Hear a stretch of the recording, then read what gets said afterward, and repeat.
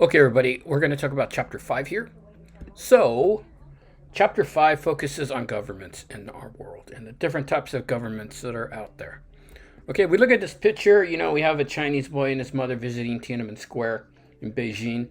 It's weird because citizens in democracies at times find it, it's kind of hard for us to believe that people that live in authoritarian countries and authoritarian governments, they support them, but, they do.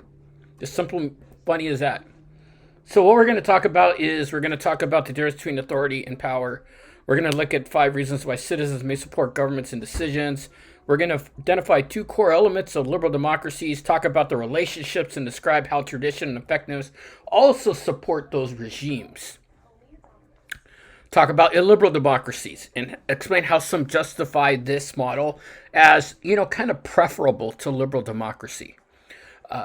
And then we're going to look at 4 types of authoritarianism at the end. All right. We're also going to look at liberal democratic governments, and talk about China's one-party regime. Okay, so when we look at government's authority and power, your government equals the organization of political authority within a state. Sometimes, and the author does this, and I think it may be a little bit of a harsh word, governments are also called regimes or political systems. I think regimes might be a little bit of a tough word to put in there because I think that has more of a negative connotation to it. Rules and process by which people gain authority to make collective decisions. Remember, governments have to be legitimate, right? And you have to have the perception that something is rightful and appropriate regardless whether it's liked in a government. So authority is the power that claims legitimacy.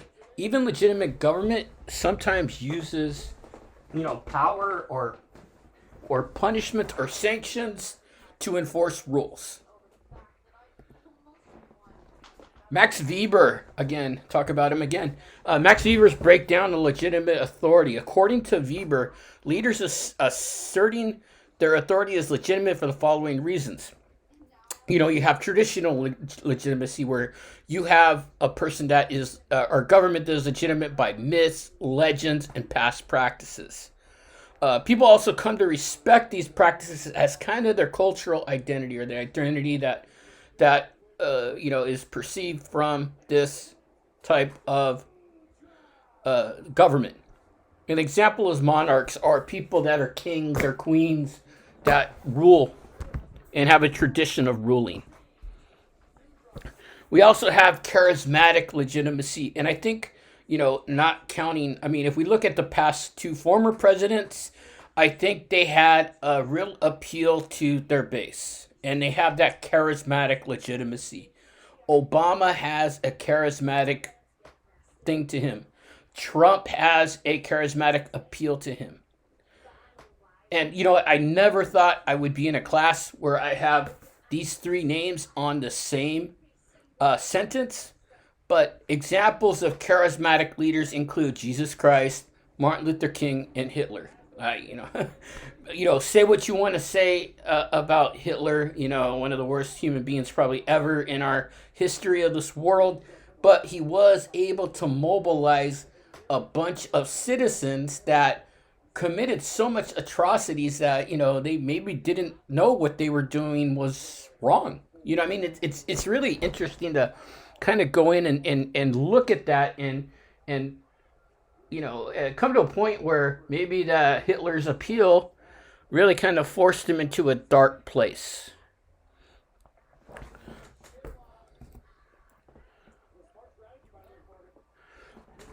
So according to Weber also, leaders assert their authority is legitimate for the following reasons. You have a rational legal legitimacy, where justified by rules that are presented as logical, systematic, and applied evenly. This would be like democratic elections, much like here in the United States, right? We vote directly for House of Representatives. We vote directly for the Senate. But we don't vote directly for the president, but we still, our system's still considered democratic. So governments encourage compliance with the old carrot and stick, right? Carrots are kind of rewards or incentives. They're tasks that bring citizens wealth, security, social stability, and peace. And remember, for us to have a prosperous country, we need security, stability, prosperity. Giving people carrots, it incentivizes them to do something, and it also incentivizes them to be loyal to the country. And this is held up by effectiveness. And effectiveness is the delivery of benefits that can, in a sense, convince a citizen to support a regime no matter whether or not it's legitimate. We also have sticks, right? And sticks can be something used to keep people in line. When legitimacy claims fail, a state can arise as a security organization. And, the sticks would be military and police force, law enforcement, economic sticks such as sanctions maybe. And worst, government use physical force and torture. And we've heard about the stories of, places throughout the world where citizens are mistreated. There might be a human rights violation and all that. So when legitimacy claims fail, a state can arise as a security organization. Governments use force, and how government uses force is very, very important. And we take a look at the United States. Has the biggest military spending in the world, right? Remember, and I don't know if this is something you may remember from Political Science 102, but the majority of our budget goes to Social Security, right?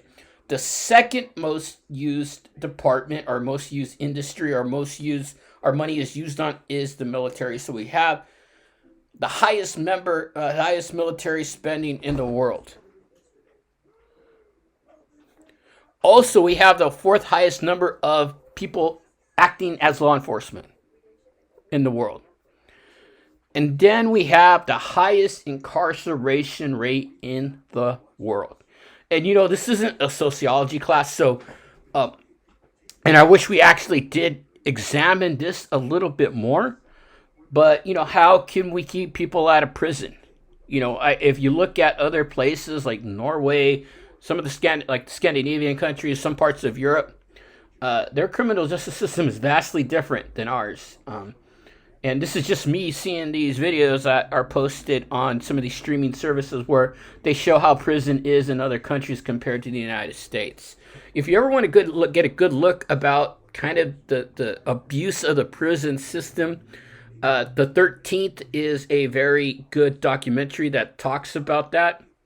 But yeah, we tend to put people in prison here in the United States more than we try to rehabilitate them. And there's a lot of factors that go into that. And I wish we had more time to discuss it, but we don't. So we're going to go ahead and maybe, visit that every so often throughout the course. When legitimacy claims fail, a state can arise as a security organization, or the government can arise as a security organization. They can use force, and force is embedded in a rational legal process. Unlike China and Syria, where political dissidents are arrested. Governments with strong rational legal legitimacy do not necessarily rely on force. So this is Vietnam.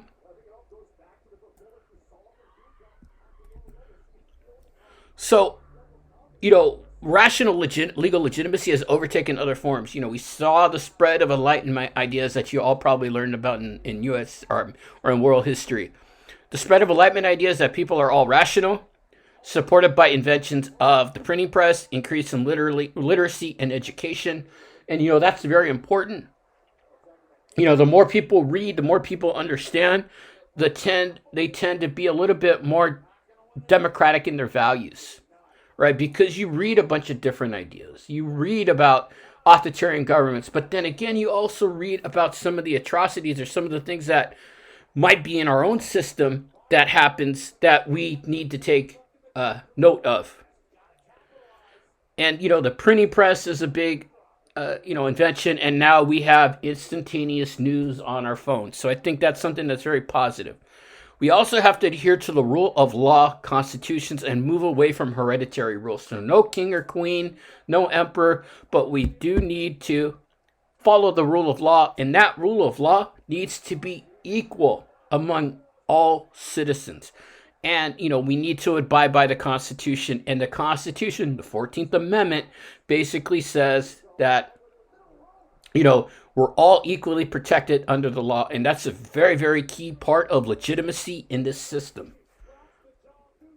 So we've had waves of democracy. The first wave of democracy was in North American Europe, receded during the Great Depression. And then after World War II, we saw the spread of democracy, where you all know probably from U.S. history that after World War II ended, Germany was basically split in half. Western Europe was more democratic. Eastern Europe was communist. We've had some Latin American countries that have gone to democracy, and I think we still see a third wave of democracy coming through. And this third wave began in the 1970s and the 80s in Spain and Greece. Then parts of Latin America, Eastern Europe fell after the Soviet Union fell. And by early 2000s, a majority of people had governments with some rational legal legitimacy attached to it. Now, one question is, do you think there might be a fourth wave? I mean, this is more of a rhetorical question. You can even look at, maybe the Arab Spring in 2010, 2011 as an attempt to democratize some countries in the Middle East. It's more of a rhetorical question than anything else. Non-democratic countries can still exist. They feel pressure from democratic countries to become democratic, and we saw this with Afghanistan and Iraq. Many put up some sort of democratic facade. They have a constitution, then it is ignored. They have elections that aren't really fair or legitimate. They run slick PR campaigns. But, sometimes we can see through them, right? The third wave seems to be over. Arab Spring did not lead to stable democracies in place of toppled regimes. I think that's a little bit more too of a blanket statement. There were some areas where the Arab Spring worked, like in Tunisia. And if you wonder what the Arab Spring was basically a movement in some Middle Eastern countries toward democracy and away from kind of an authoritarian government. I'm going to go ahead and look at some of these tables. These are some good illustrations. And it talks about, legal rights. There's studies that determine whether or not a country is truly democratic. And if we look at this one, we see Mexico, which is our neighbor to the south. They call it a flawed democracy. Kind of understanding a little bit about Mexican politics, there is very, very, it could potentially be a very, very prosperous country, but since there's a lot of corruption in government and in law enforcement and the cartels, it's really difficult to kind of classify it as a free country. Then we also have Turkey, Russia, Ukraine, which has been in the news, and Venezuela. So liberal democracies, democracy is basically a Greek term for rule by the common people, combining the words demos and the word kratia, which is power or rule. This is the most widely accepted form of government today, and it assigns authority using elections, and these elections have to be legitimate, right? It's very demanding and can fall apart rather easily. Remember, people are scared. People are worried about economic stuff. And, that's one of the reasons that Germany fell in the 1930s to the Nazis. There's a bad economic situation coming out of the Great Depression. The people were looking for something, and Hitler was able to mobilize these people and able to have them commit these wild atrocities. But, and we think about this as kind of students of history and talking about history and things that happened in the past. And I always think is why, these people didn't know what they were doing was wrong. It's very easy. No, it's not easy because we know what they did was, total atrocity. But in a sense, it's just interesting how people still followed them when they were committing these atrocities. So, direct democracy, we talk, we have semblances of direct democracy here in the United States, specifically in California. If we want to put a measure on the ballot, we have the ability to do so. We just need money and the ability to go out and get petitions signed. Direct democracy it's a little used political model in which citizens participate directly in decision making. There's direct democracy in some of the Scandinavian countries. About 27 out of the 50 states have some type of direct democracy attached to them here in the U.S. But this would be, something that might not be able to be used in the United States, as if we, if we all had to vote on every single issue, that probably would not be a good thing.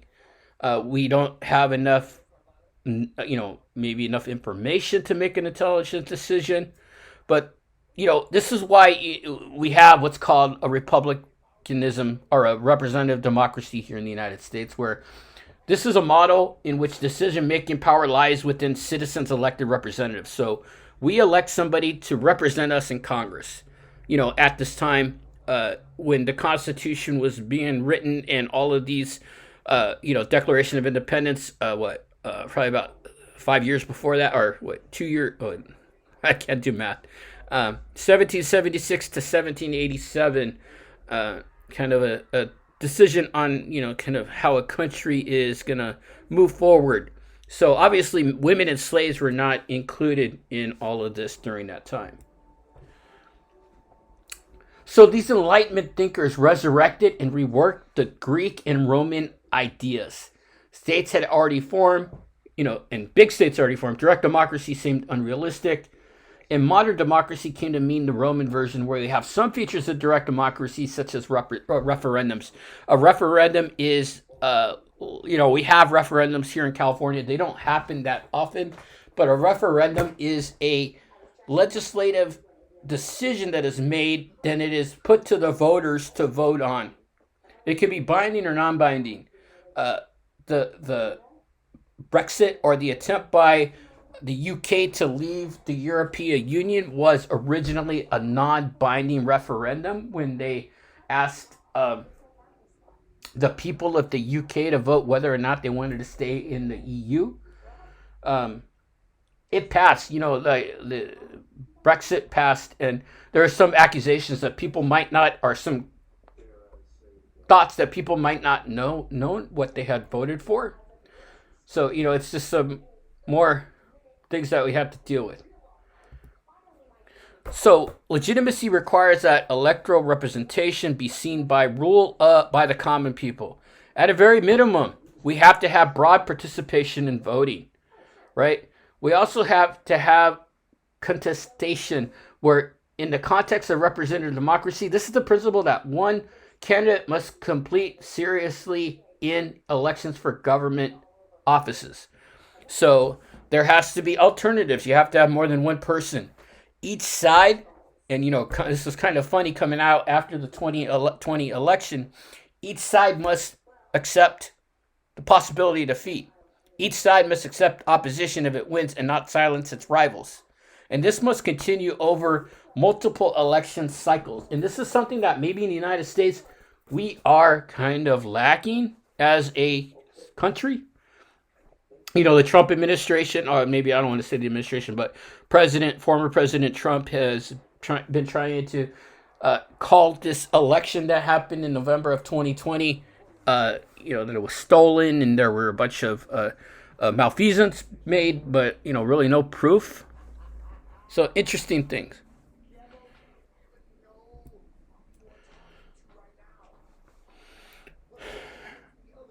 So if we look at how rights support meaningful representation, we have to have individual rights. Allow people to vote. Allow people who are eligible to vote. Allow people to express their views, mobilize politically without being punished. And prevent the representatives from curtailing rights once they are elected. So we got to put the correct people in.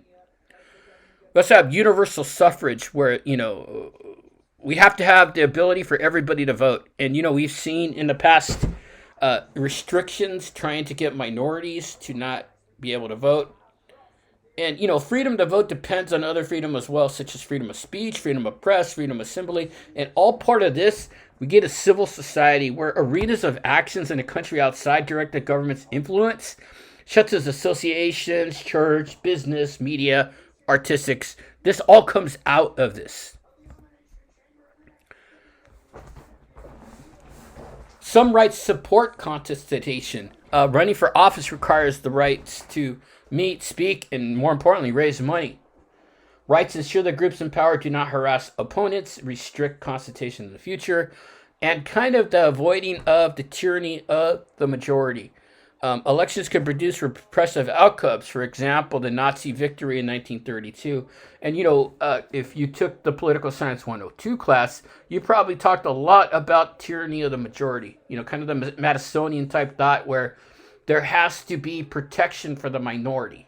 All right, so the tyranny we have majority rule as long as the majority does not adversely affect the minority. Right? So if the minority's rights are being violated, then that's considered tyranny of the majority, and you need some type of independent arbitrator to determine what is the correct path to take.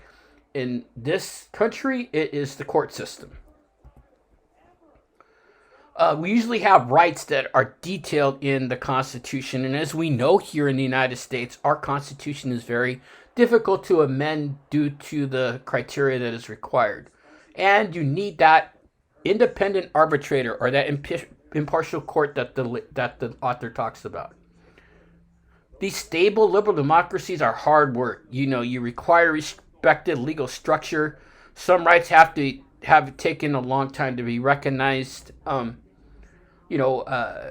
Look how how long it's been since same-sex marriage was deemed permissible here in the United States. It's only been, since 2013, I believe, so 9 years. That's been a goal of the LGBTQI community for a long time. But it took a while to do.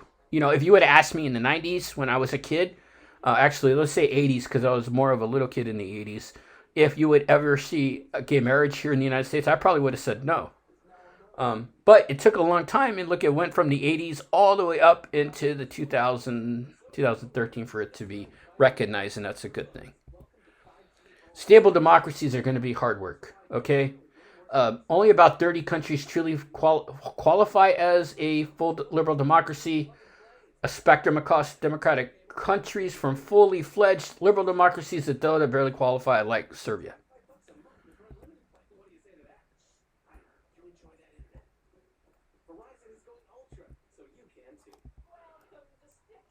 Okay, so if we talk about the strengths of liberal democracy, the strength is that it's ruled by the common people. And if you look at the weaknesses, it's difficult to sustain, right?